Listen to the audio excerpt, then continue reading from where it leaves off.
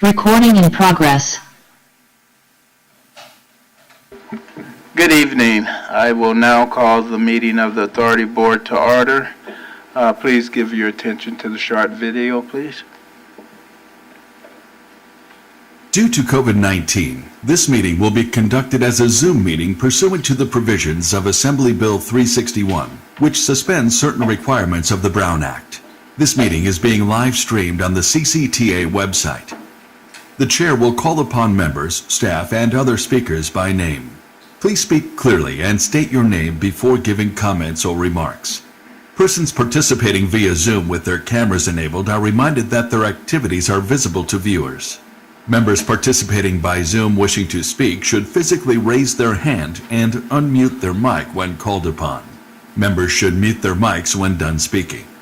Citizens participating by Zoom wishing to speak should use the Raise Hand feature or dial *9 if participating via phone, and the chair or staff will call upon them at the appropriate time.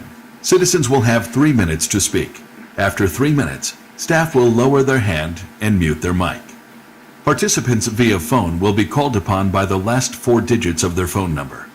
It is requested that public speakers state their names and organization, but providing such information is voluntary. Written public comments received in accordance with the teleconferencing special notice for public comment guidelines are printed on the meeting agenda. If authors of the written correspondence would like to speak, they should raise their hand and the chair will call upon them at the appropriate time. All written correspondence received after that and during the meeting will be entered into the record. A roll call vote will be taken for all action items. Thank you for participating in a meeting of the Contra Costa Transportation Authority. Thank you. Terry, would you please call the roll?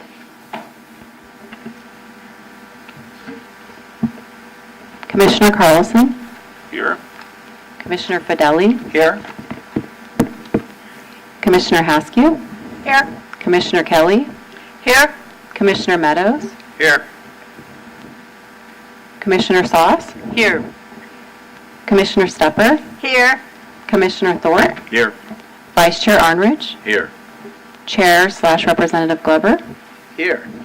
Representative Foley. Present. Okay, we have Representative Peoples virtually, so he'll be attending as a public member, and we do have Commissioner Nowak absent. Okay, thank you. Our next agenda item is the Pledge of Allegiance, and I'm asked that the Vice Chair will lead us. Please stand and join me. Read after me. I pledge allegiance to the flag of the United States of America and to the republic for which it stands, one nation, under God, indivisible, with liberty and justice for all.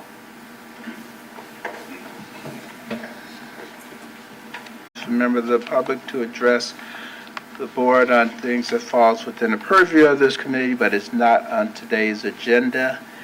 And so do we have members of the public in the room wishing to address? Okay, seeing none, do we have anyone remotely? No public comment, written or verbal. Okay, thank you. So next item on our agenda, we do not have any presentations today, so we will move to our consent calendar. Is there any members that would like to comment or remove an item? Okay, do we have anyone remotely that wishes to address the board? No public comment, written or verbal. Okay, and is anyone in the room that wishes to address us on any item on the consent calendar? Seeing none, I'll entertain a motion. Move to approve. I'll second. The consent calendar. Okay, there's a motion by Haskew, second by Kelly. Roll call, please. Commissioner Carlson, Yes. Commissioner Fedeli, Aye. Commissioner Haskew, Yes. Commissioner Kelly, Yes. Commissioner Meadows, Aye. Commissioner Sauce, Yes. Commissioner Stepper, Yes. Commissioner Thorpe, Aye. Vice Chair Arnridge, Aye. Chair Glover. Aye. Motion passes unanimously with Commissioner Nowak absent. Okay, we'll move to our regular agenda items. First being, we have a three-part item on Interstate 684, interchange improvement project. The first item is an informational item presented by Ivan Ramirez to provide project updates. Welcome, Mr. Ramirez.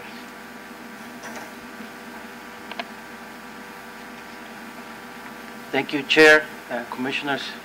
Ivan Ramirez, the Director of Construction for the Authority, and as was described, well, we have a three-part presentation. The first one is a information item only, and the next two are action items.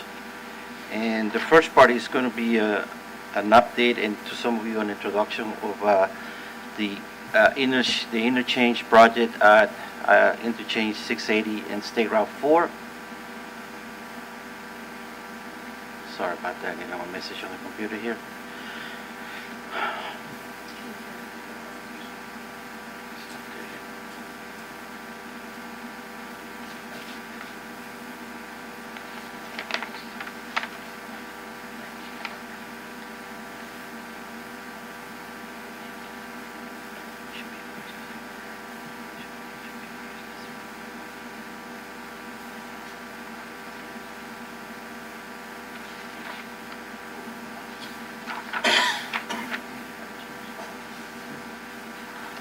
Apologize, we're having technical issues here.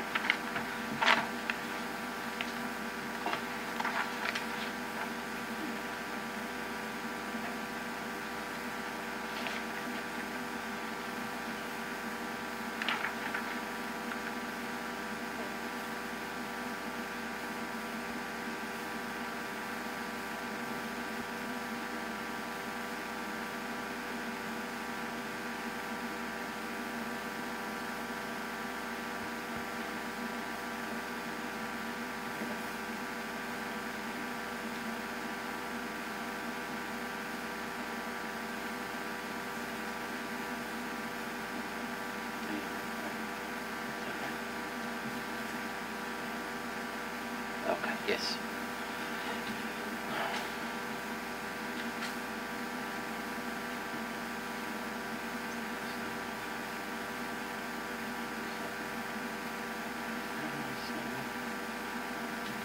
Oh, there you go. Great, thank you.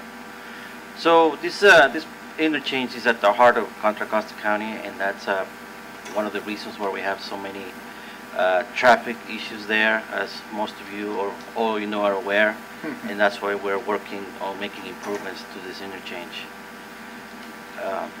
The project has been divided into 5 different phases, and one of the phases is actually divided into 2 sub-phases. And this graphic here represents how they're being split. The project's being split. Project that we just completed, and it will be the subject of the final action item taken tonight as part of this presentation, is phase 3. We started with phase 3. It was found to be the most, bang for your buck. You were going to mitigate most of the improvements. You're going to make most of the improvements by doing phase 3 first, and that extended along the yellow here. You can see that there, and that project has been completed, and we're going to ask you to accept it later on. And there are 2 phases that we're currently not working on, and I'm not going to speak about them. That will be phase 2B here, which is shown here in the light pink. This is phase 2 that we don't have enough funds right now to work on, and we also have phase 5, which is the green, and that's going to provide a connector from westbound 4 to 680 North. So let's talk a little bit about phases 1, 2A, and 4, which are the ones that we're currently working on in the design phase. We're going to have phase 1, it's northbound 680. We're going to have a direct connector over westbound over on the highway 4, and we're going to have a drop along this direction, and that's going to allow us to get rid of this loop here. A lot of the situations that occur for traffic there is that there's a lot of weaving action, and having this loop decreases traffic, so it causes a lot of backup. By having this direct connector route, we're going to eliminate a lot of that friction. In addition to that, we're going to be moving Bloom Road a little bit northbound so that we can have a direct slip ramp directly into Pacheco Boulevard. So that's part of the improvement. We have a challenge over here. We have a CHP facility, and we have to work. We're going to have to be in the property, and we're going to have to do some mitigation to keep the facility operational 100%. Cannot impact their operation. So that's a little bit of a challenge that we have in the right-of-way phase. We're also working on phase 2A. We cannot make this big improvement here, but what we will do is create, put some meter ramps here and do some widening here, so that will improve the backup that occurs here, and also on those 680. And phase 4 will have southbound 680 onto eastbound 4 direct connector ramps. And again, we're going to have some improvements to make along the way as we impact the ramps on the westbound direction. Sorry, that will be the eastbound direction. So a while back, we actually finished most of the work on phase 3, and I'm going to give you a little bit of a overview of what we did. Primarily, we did widenings on the outsides of both of 680, and sometimes on the inside with the ultimate goal of creating space to put an additional lane in both directions. So this is the type of work that we typically did. This is on the interchange itself. We did that widening there. We also improved the ramp from northbound 680 to eastbound 4. We widened it. We replaced the entire Grayson Creek Bridge because it was too low for the flows that are expected in the future. So we had to raise it to have enough free flow for water to come in and out back into Susan Bay, in and out from Susan Bay. We also widened Walnut Creek. And between these bridges, of course, we did roadway widening as well, all along. And the project has been open to traffic for a while now, I would say over a year. But one of the things that was holding us back was PG&E couldn't schedule the work, so we were just waiting for them to schedule, and they had to schedule a few times. We finally got that work done earlier this month. So once you approve this last item of today's my presentation later on, we're going to begin the closeout phase. And I won't be able to say much about this project. We're going to have a closed session. We're looking to bring you a closed session next month to discuss the details of the project as we begin the closeout phase. So some details about phases 1, 2A, and 4. Again, we're trying to improve the operational efficiency, create a safer passage for travel, and to reduce delays. We're also going to provide a direct local access to Pacheco Boulevard. Again, like I mentioned earlier, with that slip ramp here. In addition to that, it will allow for planned growth, so that travel through that intersection will be smooth as the county grows. So right now, we are the design. These are the estimates that we have for the project. Design is $26 million. The right-of-way and utilities is $50 million.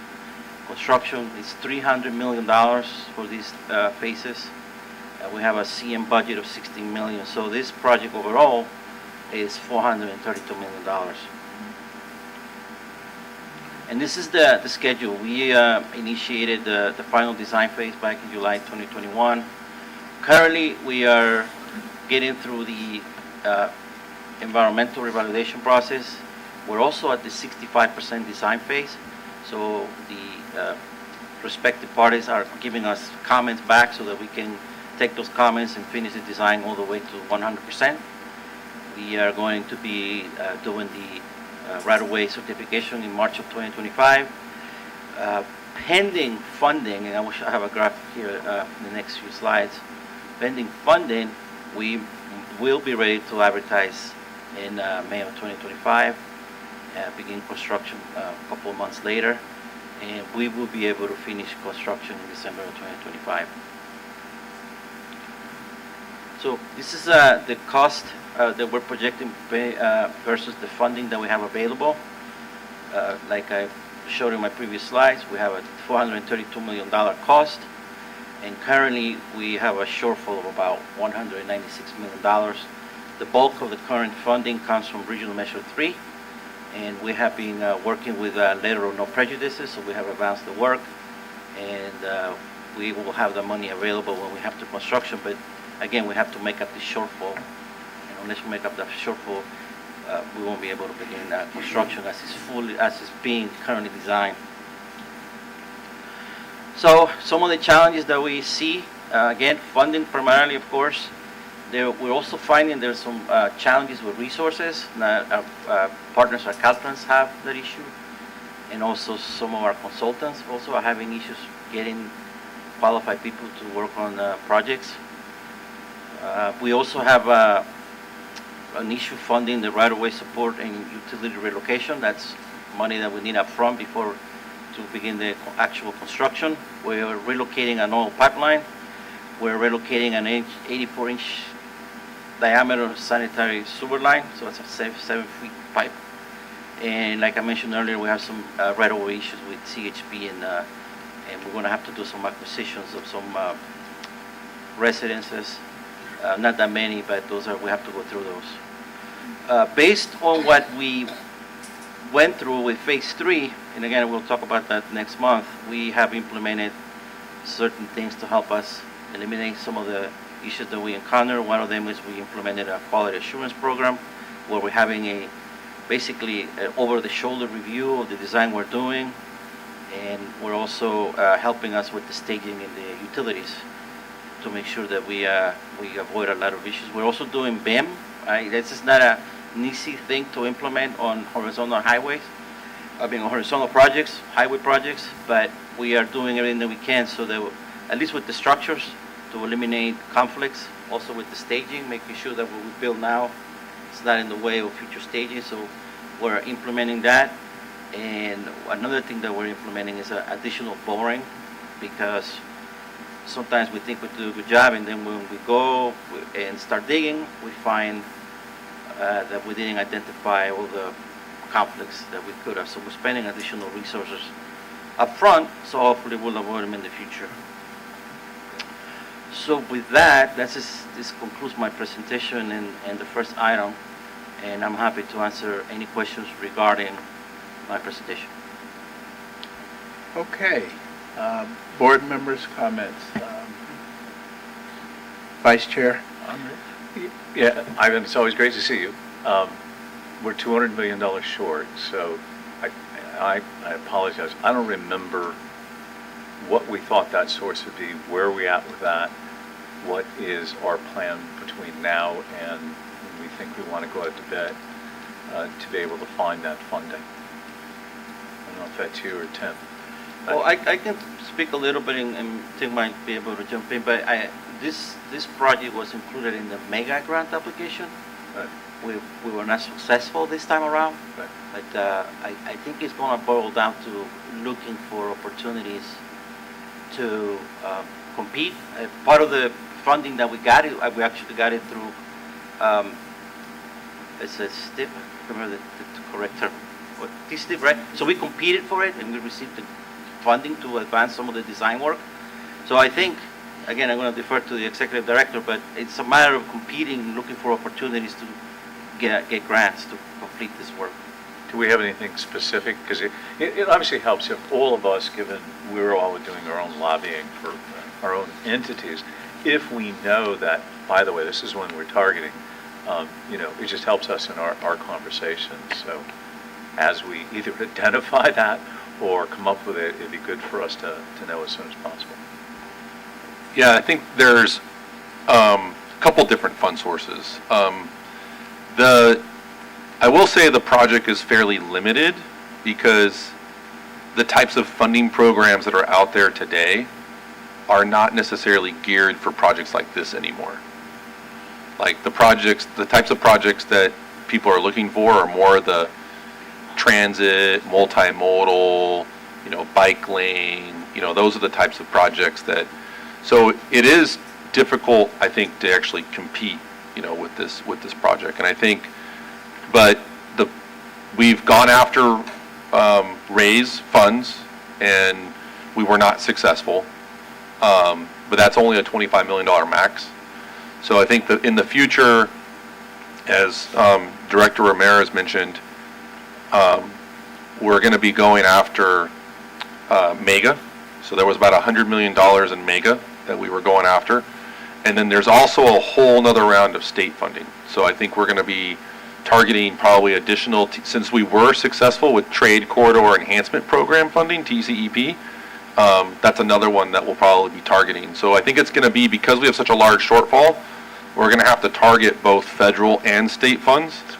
So, and I think the one advantage that we have with this project is because we have such a large match on it, so it will compete well that way, right? Because we have all this the 210 of RM3, so it's going to be able to compete well because it's more of their last dollar in, because we have so much funding. So the other thing that we can do that we've been talking about internally is potentially phasing the project too. So we could potentially build just phase 1 and 2A and then look for funding for phase 4. But we combined it all with hopes to do it all.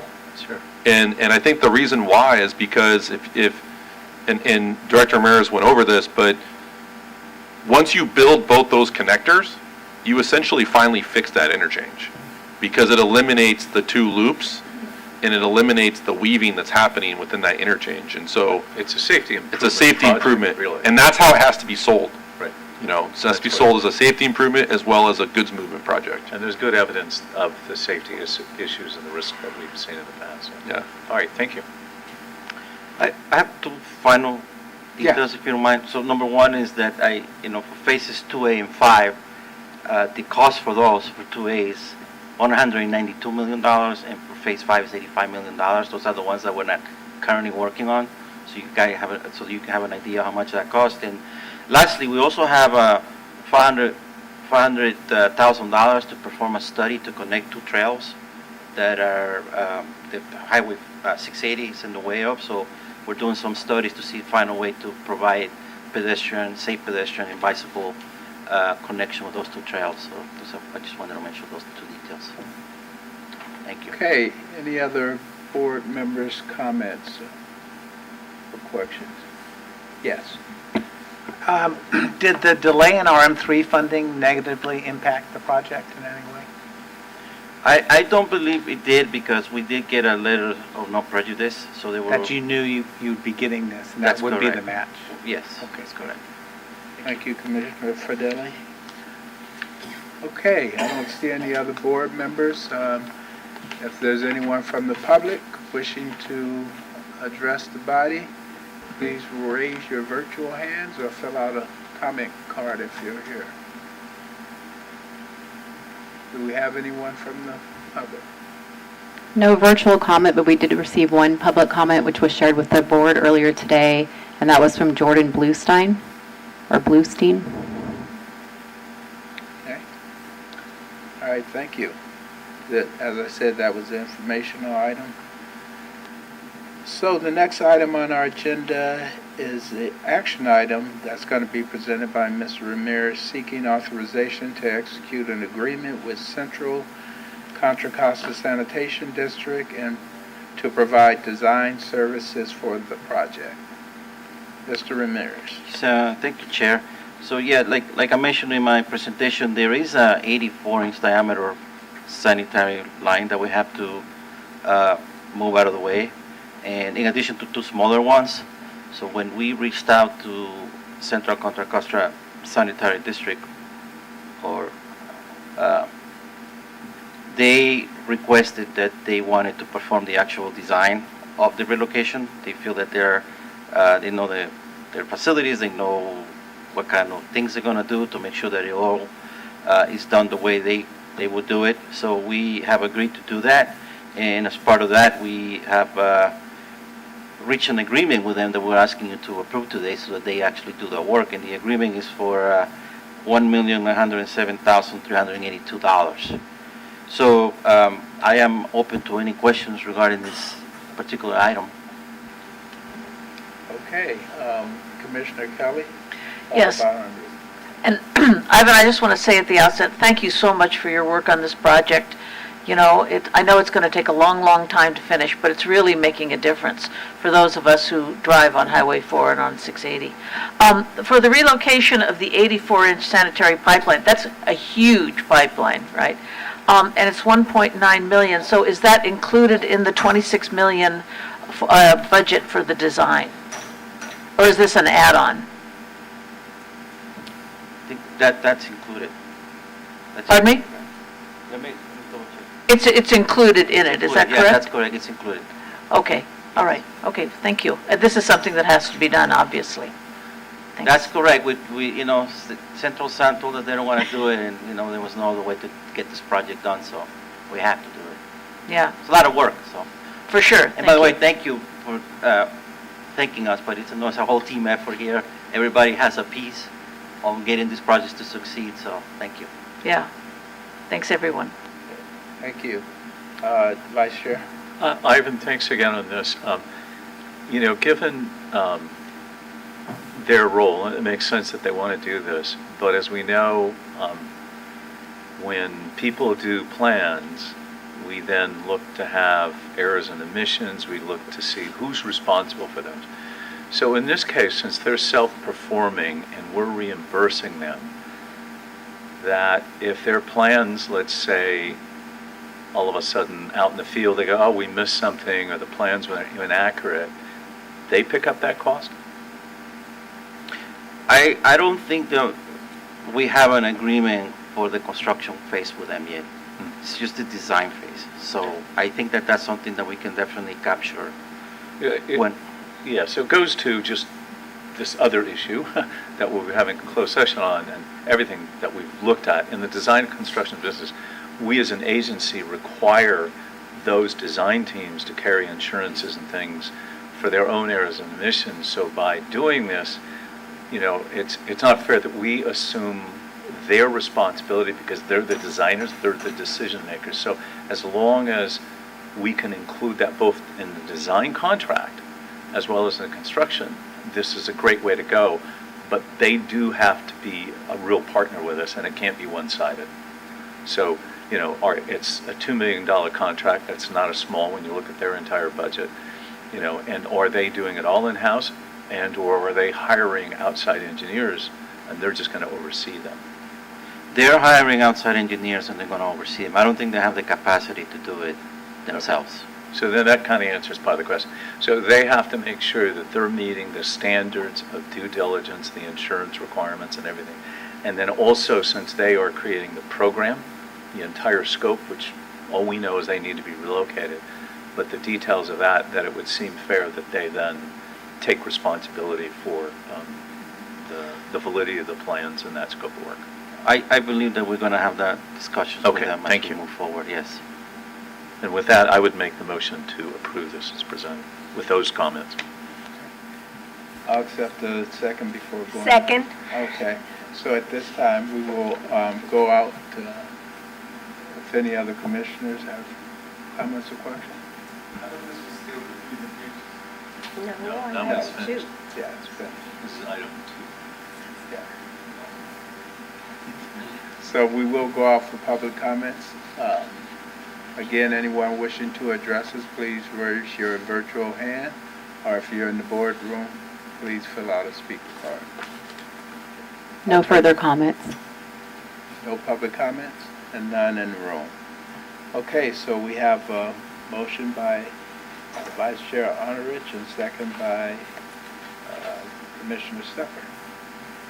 Roll call vote, please. Commissioner Carlson? Yes. Commissioner Fideli? Aye. Commissioner Haskew? Commissioner Kelly? Yes. Commissioner Meadows? Aye. Commissioner Sauce? Yes. Commissioner Stepper? Yes. Commissioner Thorpe? Aye. Vice Chair Arnrich? Aye. Chair Glover? Aye. Motion passes unanimously with Commissioner Nowak absent. Okay. Okay, thank you. We will go to our next agenda item.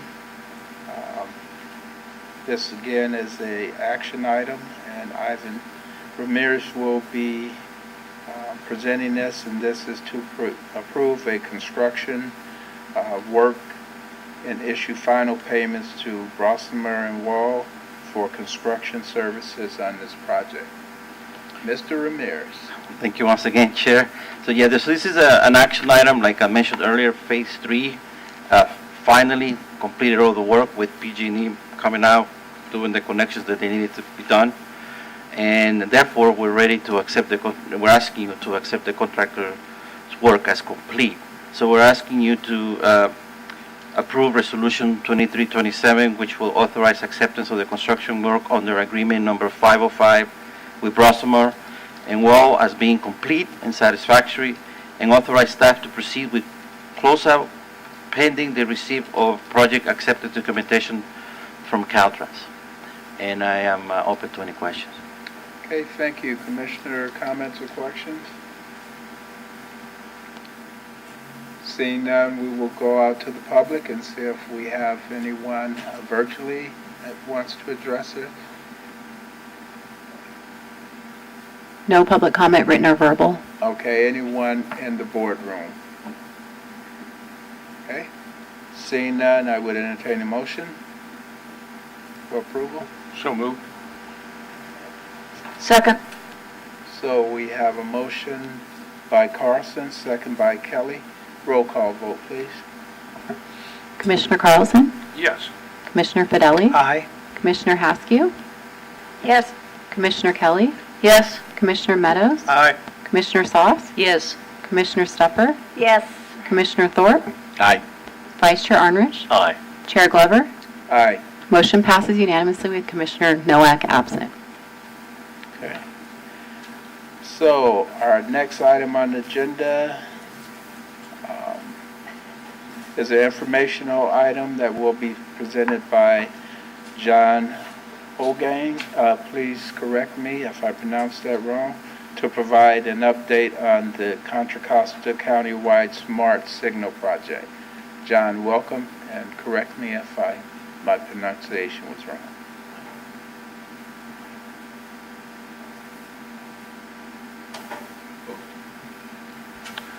Good evening, Chair Glover and Commissioners. John Hong, it was close.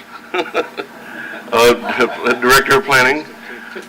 Tonight, I'll be presenting to you about the Smart Signals Project, and I expect to come back over the next couple years to give you periodic updates as we move along with the project. So, presentation really involves explaining what the Smart Signals is, how it integrates with the other work that we're doing here at CCTA, and how it sets really the backbone of what we want, where we want to go looking forward.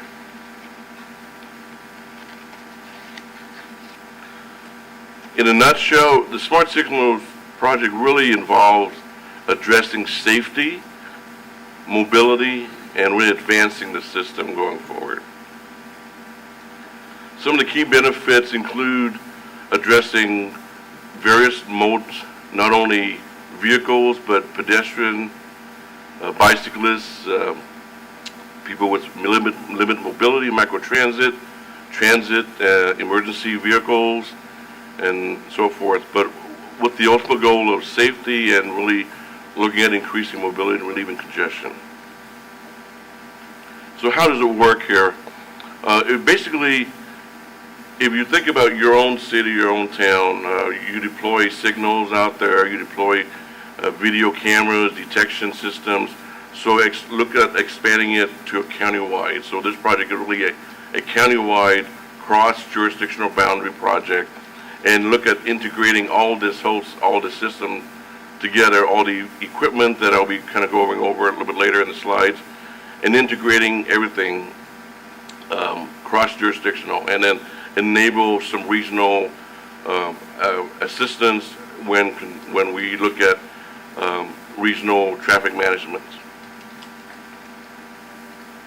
This project really addresses the first three steps of this five-step process.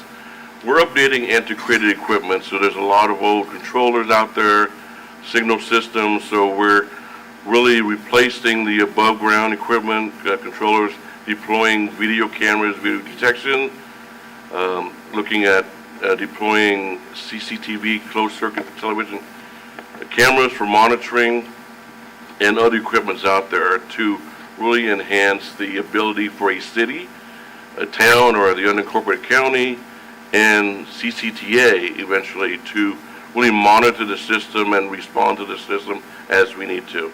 Step 4 and 5 is really in the future. What we do with this first Smart Signals project, as I mentioned, really sets the backbone of what we want to do, which is connected systems for autonomous vehicles and connected vehicles in the future. This slide really shows you all some of the elements that I've kind of covered already. I think communication will be a key issue, a key component. Once we can deploy the equipment out there, we want to equipment to communicate with each other, whether it's cameras or detection systems, and not only, again, within the cities, we're talking about countywide now. This is actually a very unique project and very, maybe the first of its kind that I'm aware of, that we're looking at a countywide system that really connects all the signals together. Now, a lot of the equipments that I mentioned will be deployed on primarily major arterials throughout the whole county. And these major arterials really are the routes of regional significance that we've established. And these routes connect priority development areas together or located within priority development areas. And there's other criteria that we went through to select these intersections that are listed here. This is a nice map that shows you that all jurisdictions are involved with this project, from east, south, north, and west, central. I think right now the number is 328 intersections. It could change. This is an example of what we've encountered out there after talking to all the cities and trying to get the inventory of the equipment out there. There's, as you can see, there's a lot of variety of equipment out there, from controllers, firmware, software, and the challenge is to see how all these different systems can communicate with each other. Now, one option is to have everybody convert to one system, or find a solution that enables all these different software to communicate with each other, which kind of leads to that center-to-center spot there on the slide here. And the center really kind of leads to a regional-wide transmission management center. As far as funding, this project is $30.8 million total. And thanks to the board and thanks to MTC, we were able to obtain the bulk of the money from the One Bay Area Grant Cycle 3 in the term of $26.8 million. And all the equipment is going to be deployed in the cities. There's a cost associated with that, and all the jurisdictions will be providing the local match of 11.47%, and the rest of the money will be coming from Measure J. The project team consists of the design and management team, which we have AMG leading the system engineering process right now, which involves the concept operations. They are really essentially going to be the consultant overseeing this from cradle to grave. And we have an excellent core advisory committee made up of some of your staff from your cities and towns that we bounce ideas off. We run ideas off before we meet with the bigger stakeholders group, which includes all 20 jurisdictions, transit agencies, BART, CHP, and Caltrans. This is a project schedule. System engineering, that's what we're doing right now. And this schedule is probably a little bit more conservative. I think we're going at a faster pace. We're looking at going to design in next year, 24, and then construction in the fall 25. Once all the equipment is deployed, then we really want to have all these equipment talking to each other, and that's part of the system integration. Now, this is the fun part, right? So this is, how do the smart signals fall into the rest of what we're doing here at CCTA? We have the idea grant, which is not, my colleague Sean Noemi is leading at Walnut Creek, looking at cloud-based transit signal priorities.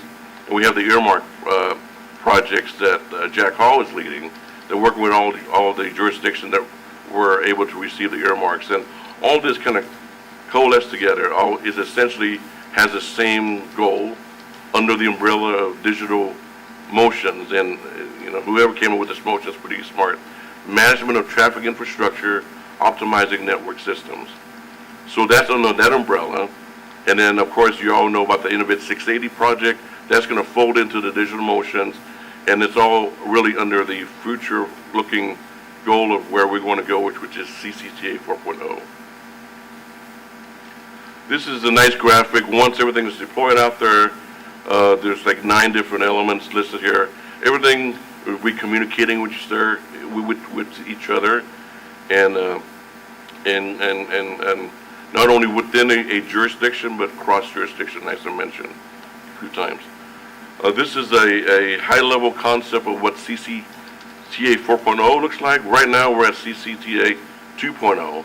We really want to expand this about 3 folds, including expansion to operations regional-wide, and also get into transmission asset and infrastructure, including asset management. I'm not going to go through all the little circles down there, but as you see, smart signals is one of many cogs in the wheel of all the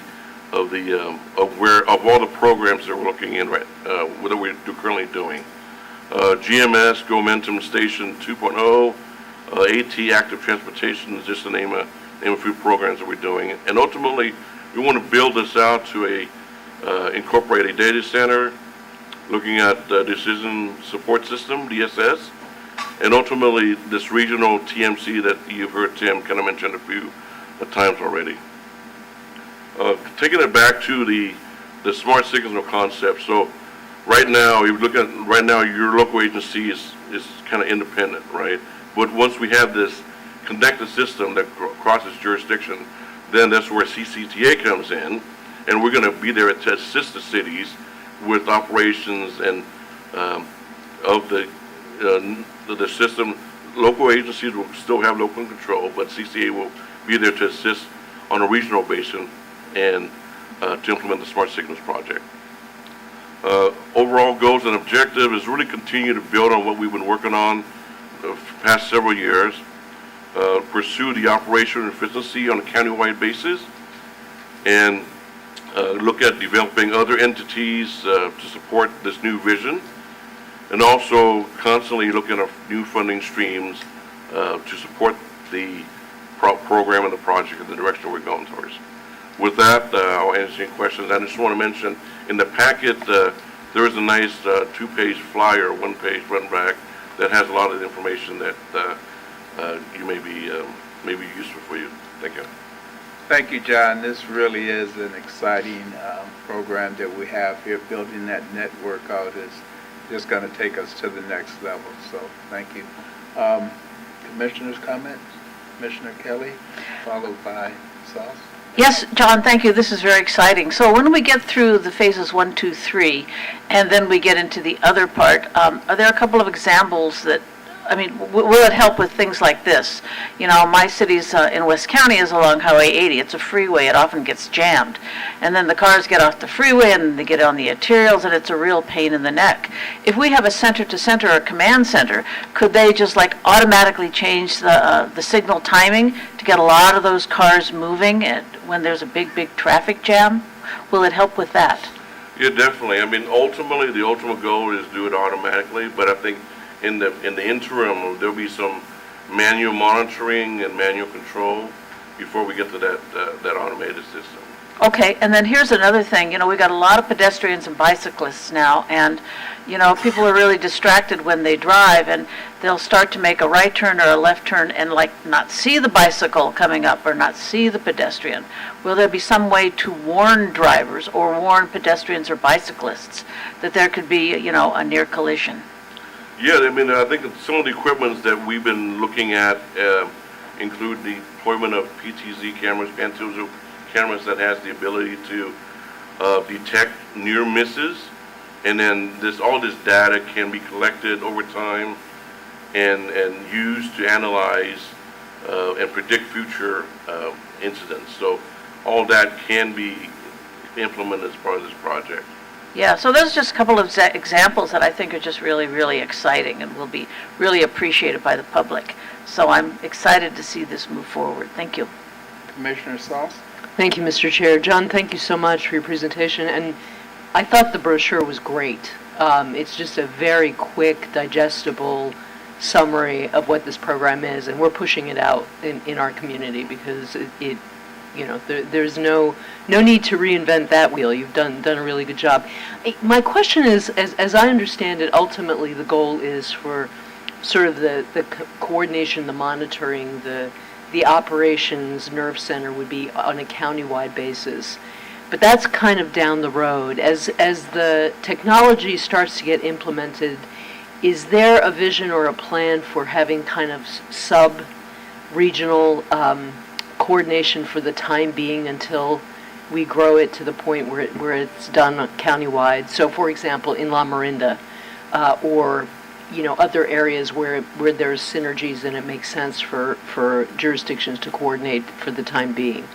I think that certainly can be possible, because I had the pleasure to sit in with your joint cities, Right. La Miranda City Council meeting, and I know that your concerns and your needs and your what's important for the La Miranda community might be different than other communities. So certainly, the way that if we do this correctly, we'll have communications back to each one of the city halls. And then if there's a desire to set up a sub-region communication center, I think that's definitely in the books. Okay, thank you. Yeah, Vice Chair? Thank you for this. This is exciting. And after some of us that got to visit TransStar in Houston, you can kind of see that really in more 21st century deployment with what we're doing here. Just a couple of things that, there are intersections, like even in Danville, we have about 3 intersections that Caltrans actually owns all of the traffic signals. And it's actually a problem, but we're working and we think we're real close to they will let us take them over, we can manage it, and then we can put Caltrans out of the way. And so it's a little more seamless, regardless of our feelings.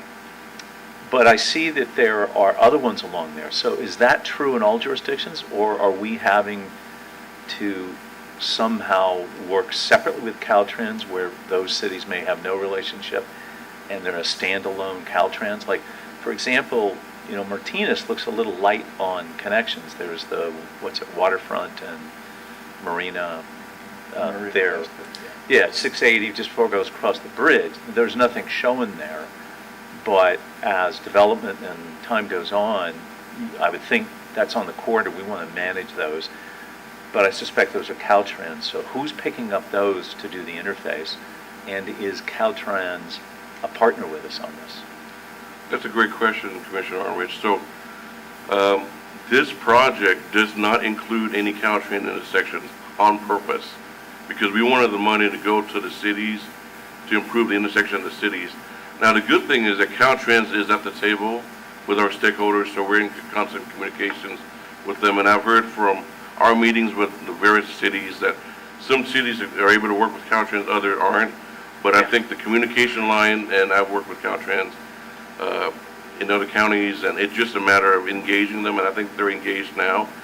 And as far as operations and maintenance, that's something that we need to kind of continue our communication with Caltrans to clarify what the roles and responsibilities are as far as integrating the intersection that Caltrans control over. Ultimately, I think we're going to reach out to Caltrans to seek other funding, like SOUTH funding, to improve those intersections that leads to the freeway, connection to the freeway. Yeah, absolutely, because without it, that's why in our case, and we're just fortunate, we can't do Innovate 680 without that. I mean, we have to have control. Otherwise, you take your arterials and you come to a dead stop at these intersections that aren't part of the system. So thank you for that, and I look forward to hearing more about it. Commissioner Fedeli. Yeah, I had another Caltrans question, a bit similar. I was going to ask about, like with San Pablo Avenue, which is a state highway, why there weren't more connections there. And I was going to ask, is Caltrans possibly more burdensome and regulatory problems in citing some of those locations on San Pablo Avenue? Well, okay, so San Pablo Avenue, that's a state route, 123, Right. right? And I know in the past, there's been that ICM 80 project that it really incorporates 123 in there, and there've been some issues and concern that popped up over the years. As far as I know, as far as communications, maintaining communications, and keeping those equipment connected and so forth. I think right now, all of our discussion with Caltrans, they've been engaged with the discussion, and San Pablo really acts as a local arterial as well as a state highway. So I haven't seen any pushback from Caltrans yet, and I don't foresee any major issues that we can't work through, and it's just a matter of working with Caltrans on San Pablo Avenue. And there'll be a next phase when there's even more intersections on San Pablo Avenue? I think San Pablo Avenue, I think we've actually included some intersections. Some? Yeah, some intersections. Now, whether it's, even though it's located within the state right-of-way, it might be operated and maintained by the county or other local agencies. And we operate some of those as well? Yes, exactly, yes. Thank you. So John, $1 million question is, how does this work for East County with Highway 4? The same as it works with other regions. So we're going to we're going to look at the routes of regional significance and deploy the equipment in East County as much as the other parts of the county. Excuse me. So the Caltrans issue is the same out there. All So, of it. I mean, that's really, Highway 4 from 680 to Brentwood is crucial, all that investment, $1 billion, and we can't get those to interface. This is for naught. Yeah. So Absolutely. sooner, better that we have this, even though these are, I get it from a funding point of view, these are projects, but it seems to be that these are parallel projects. Right. And they got to come up exactly at the same time. Because it appears that we're moving fast. I'd like to know, and I think we'd all like to be assured, is Caltrans keeping up? What can we do to help them? Okay. Absolutely. Thank you. Okay, Commissioner Fedeli, your light's I'm still on? sorry. Okay. Okay, at this time, we'll go out and see if we have any virtual hands raised. Representative Peoples would like to speak. Sure, go ahead, Commissioner. Representative.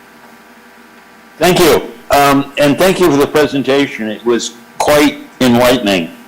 I'm just wondering how well your technology coordinates with the technology that AC Transit and I think some other of the bus agencies are already using on San Pablo and some other routes, where we've changed from the little cones on top of the buses to a GPS system, which communicates back with the controllers for the lights, and therefore can give a bus priority at the lights. Great, thank you for the question. I don't see it as a us-them technology. I think we're going to be communicating with AC Transit to see how well that system works, and maybe use that system if we can expand on that and go to other parts of the county. I think that's definitely an option. I think AC Transit is at the table, and they've been engaged with all the stakeholders meetings. So I will, since you brought it up, I will make sure that I touch base with AC Transit staff to learn more about that technology. Yeah, Will Bueller's our traffic engineer, and he's probably our expert on that technology. But thank you very much. Okay, thank you. Are there any other public comments out there?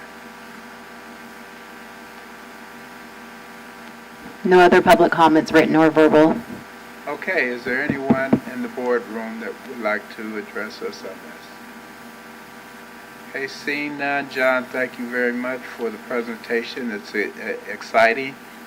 And again, this was an informational item. So that concludes our regular agenda items, and we have no correspondence letter in the package. Next is the associate committee reports. We do have a meeting report from Transpac and a cancellation notice from SWAT that were provided in the packet. So at this time, we will ask if there are any board comments, board or staff. Yeah, Commissioner Kelly. Thank you. Just want to let you know, we have in Hercules, we have our Hercules Hub, the goal of bringing the train, Capitol Corridor, the ferry, and bus service. Our bus service, WestCap bus service, starts on May 22nd down from our Hercules Hub. It's connecting to the other lines in WestCat, so we're very excited about that. And then also, we did receive a TIRCIP grant. I learned today we got about $2.6 million to go toward design. So we've got other grants out there, and we're very excited. Thank you. So I don't have any chair's comment, but I know that our executive director is going to talk about some of the exciting things that have taken place, and I want to thank Vice Chair Unrich for making himself available for a lot of the exciting ribbon cuttings and what have you that have taken place. Okay. Oh, I'm sorry. Thank you, Chair Glover. Yes. Just a brief BART update or two. Wanted to let you know that after a nationwide search, we presented the names of 3 candidates to the governor who selected Claudette B. Murray as our new Inspector General. Claudette's been the Deputy Inspector General at BART for the last 3 years, coming from the City of Berkeley, I think, Audit Office prior to that. Second update was last month we awarded a contract for the replacement of our legacy fare gates. So we will be replacing some 771, I think, fare gates throughout our 50 stations with something that's not 50-year-old technology. So we look forward to putting that in place in West Oakland with our pilot, and then we will go from there. And that should occur this calendar year. So that is the plan for the starting of our pilot program. And those will go from the sort of the shark fin style that you see now to a like a plexiglass panel, dual pane, basically from your feet to the top of your head. So that's sort of what the new look will be for the BART fare gates. And lastly, starting in September, we have reimagined at a cost-neutral position our schedule. So we're going to try to go for a standard 20-minute for nights and weekends as opposed to the 30-minute headways that we've been running. So that'll be equal across all lines in the system. Additionally, our yellow line, the Antioch to SFO, which is our busiest line in the system, will on weekdays be going from the traditional every 15 minutes 4 trains an hour to 6 trains an hour. So we'll be running every 10 minutes on the yellow line starting in September. And again, cost neutral. So, thank you. Cost neutral is nice. Yeah, it is nice, exactly. Thank you for that report.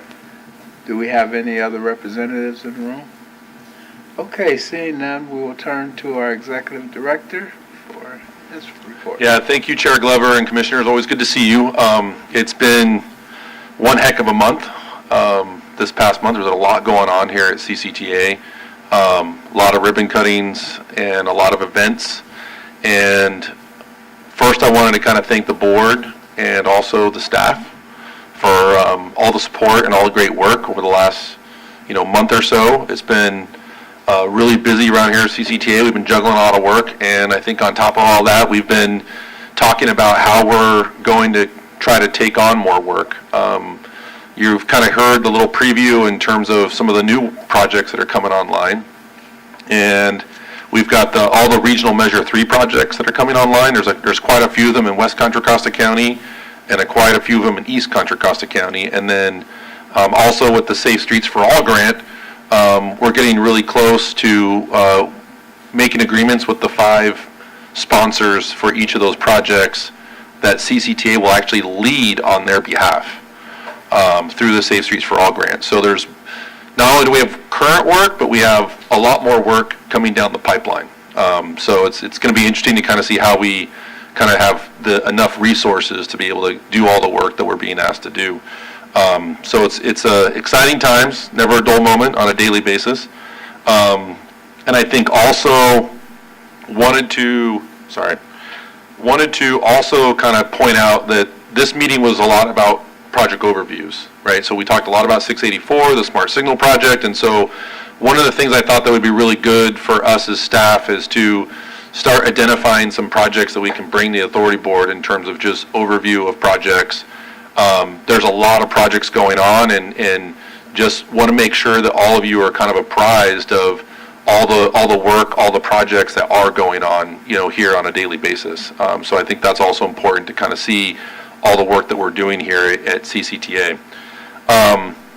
So more on a lighter note, recorded 2 more On the Patio podcasts, one with Debbie Toth from Mobility for All, and another one with Joe Moy, to kind of discuss the launch of our Presto shuttle. So we've got 4 recorded episodes, and we're actually going to be launching the podcast officially next week. So more to come on that. Hopefully you all tune in and listen. It'll be available on Apple Podcasts and all your channels. So it'll be kind of exciting. And then also speaking about Presto, our shuttle launch was huge. I know a few of you were able to come, and we had about over 165 pieces of media. In fact, me and Lindsay actually went down and did some more press interviews on Monday or Tuesday. And so it's getting a lot of attention for it to be the first in the Bay Area, and also in some ways I feel like it's also the first in California. And I think over the last, it's been in operation for 3 weeks now, we've had 155 passengers riding the shuttle, which is pretty good. And we are getting ready to do, I guess my point is it doesn't stop at the launch of April 24th. So what Lindsay Willis and I and our marketing team are doing is the continuing marketing and outreach of the service. So we're actually doing, Jack Hall actually went down and had a conversation with the daycare to kind of educate them about the shuttle service. And then also we are doing an open house on June 6th for all the tenants in Bishop Ranch. So the fact that we've gotten that much ridership and we haven't really done like an official launch within Bishop Ranch is pretty positive. So it's good that people are riding it, people need it. Now operations does come with its challenges. There's been quite a few technical issues that we've been dealing with out there. We've had some downtime with 1 or 2 of the shuttles depending on what's going on. There was one of the shuttles had a complete software update that it needed last week, so believe it or not, someone had to fly from France to come out here and fix the shuttle. So it's kind of interesting as we're kind of getting into this operations business, and so we've been really learning a lot. Staff has been learning a lot as we're kind of developing a lot of those, and integrating a lot of those communication protocols internally. Because our number one goal is to make sure that we've got really good customer service in terms of our shuttle service. The other thing that we have is, I'm sure you've heard a lot about transit in terms of the transit funding. So there was a huge legislative day that's coming up with self-help counties, and I think the California Transit Association kind of rolled out their kind of budget request to the state for transit. And so as kind of part of that, I participated in a transit CEO ride-along to kind of promote transit with the media, with the public. And so it was Bob Powers from BART, myself, Rashidi Barnes from Tri-Delta Transit, and Bill Churchill. So we actually started in Orinda, took BART out to Concord, and then we rode, all the way out to East Contra Costa County, all the way out to Pittsburgh Bay Point, and then we rode a bus, a Tri-Delta bus, and then we got on a County Connection bus. So it was a good way it was open to the public, so there was a lot of public on board actually asking us a lot of questions about what's happening in transit and public transportation. So also with some of the other events that have been going on, you're all familiar with the Redefine Mobility Summit, so That was in the executive director report, but, you know, that was a great sold-out event. That's also gotten a lot of great positive reactions. I did provide a report on that at the last board meeting, but since then, we've gotten a lot of positive feedback about the success and the topics and the content. So we're really, you know, Lindsay and I are excited to kind of start thinking about what we can do for next year. Relative to Presto shuttles, jumping around a little bit, Lindsay and I also participated in Truck Time in City of San Ramon. So it was like our first summer event series. So we brought the Presto shuttle, we had our banner, our booth, and literally Lindsay and I were there for, 5 or 6 hours on a Saturday, talking to the public about CCTA, about the shuttle, and there was a tremendous amount of curiosity and interest in the shuttle. We were trying to tell everyone that it's open to the public, it's free, come back, ride the shuttle, and I know that's been happening. So it was really exciting to kind of see the kind of the excitement around the shuttle, also around what we're doing here at CCTA. So I know everyone coordinated with a number of you, but the summer event series is coming. June's right around the corner, and I know we're gearing up to bring the shuttle and booth and staff to a lot of the events in Contra Costa County. So that's really exciting. Commissioner Armich talked a little bit about the TransStar tour. So that was really interesting. So maybe to give a little background on that, and I think it goes really well with John's presentation. It was perfect timing, actually. But we went with Commissioner Armich, Commissioner Carlson, and we went with Commissioner, actually, Federal didn't go. No, Chris Kelly? She didn't go. Candace Anderson, yeah. So we went with Commissioner Alternate Candace Anderson, and the reason why we went with Candace is that she chairs our Innovate 680 Policy Advisory Committee. So it was a great event to go to Houston, and what TransStar does is it's one of the few examples in the country where they do a very collaborative regional traffic management center. So within this building, not only do they have their massive, huge emergency operations center, but they also have a regional transportation management center where they've got their transit operators, the cities, the DOT, they're all sitting in the same room working and operating the system together. And it's a real clear example of how collaboration can really benefit, and also cost effectiveness. Rather than having 3 or 4 different operation centers, you're consolidating into one and you start getting more cost effective. And so it's something that we've been exploring as part of Innovate 680 and also countywide. But it was really interesting. The big takeaways for me were how they manage incidents and emergencies throughout the entire metropolitan area, and how they do it together when something happens. So they pick up the phone, rather than having to pick up the phone and call someone halfway across the city or halfway across the county, they're all right there addressing real-time and real-world problems. And also the big takeaway is that there's an area or a place that they all go to, right? It's like common knowledge and practice that everyone just goes to the TransStar building to deal with these issues, and it's neutral ground. When you enter the door, everyone is there to partner and work together and solve problems. So that was also really interesting. So there's other kind of benefits other than just the technology pieces, the institutional pieces. So it's really exciting to see a model like that. And I think for us, I think we talk a lot about the first responder training facility at the Naval Weapons Station, and that what we saw in Houston is a perfect example of what our vision would be to build something like that at the at the county first responder training facility. And it'd be really interesting to kind of combine with the sheriff, the sheriff EOC, the county EOC, the RTMC. We've also been talking with California Highway Patrol and consolidating them into the building, and so just one central location to manage our infrastructure. And then speaking about Gomentum Station, so I'm sure you're all tracking the Naval Weapons Station, but the RFQ dropped this week for the new round of developers. And so we actually had a great meeting with our Gomentum Station Ad Hoc Committee a few weeks ago, and we've been starting to kind of talk about kind of building the plan and the business case around Gomentum Station. So I had a great meeting with the former Secretary of Transportation for California, and we started strategizing on how we can actually get California and the state to be a real partner and be part of Gomentum Station, but also build out the business case to design a real proving ground that can help attract economic development dollars. So I think I've talked to some of you individually, but the Ohio Transportation Research Center, they actually generate about $127 million a year annually in economic development around their proving ground. And so with that kind of economic development, you would think that with California would come in and be a partner to do that. And that goes hand in hand with the National Highway Traffic Safety Administration.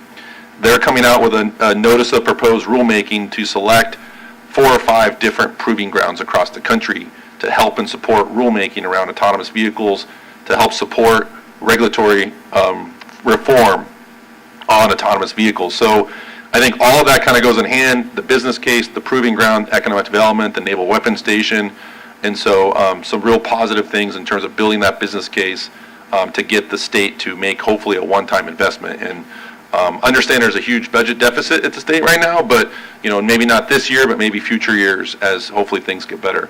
And I think on that note, one of the other things that's been kind of interest is given the work and what we've been seeing, especially on AB 316, we took an opposed position on that bill, but also we've been seeing lots of that coming across the country. Like, for example, there was a Representative Dingell in Michigan dropped and leaked an autonomous vehicle bill that basically prohibited autonomy within public transportation. And so that's where we want to put autonomy. It's really in that first and last mile shared autonomous vehicle support public transportation.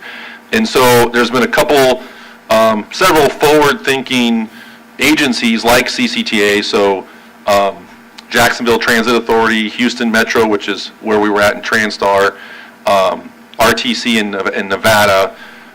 We've been talking about developing an autonomous vehicle coalition to kind of help support these things. And so CCTA we've been talking about how CCTA could participate in this coalition to kind of help support the need for a regulatory framework and support public transportation, but also hopefully address some of the education and workforce development needs that need to happen around autonomous vehicles. So I think it's going to be really exciting to kind of see how that comes together and how CCTA can be a part of it.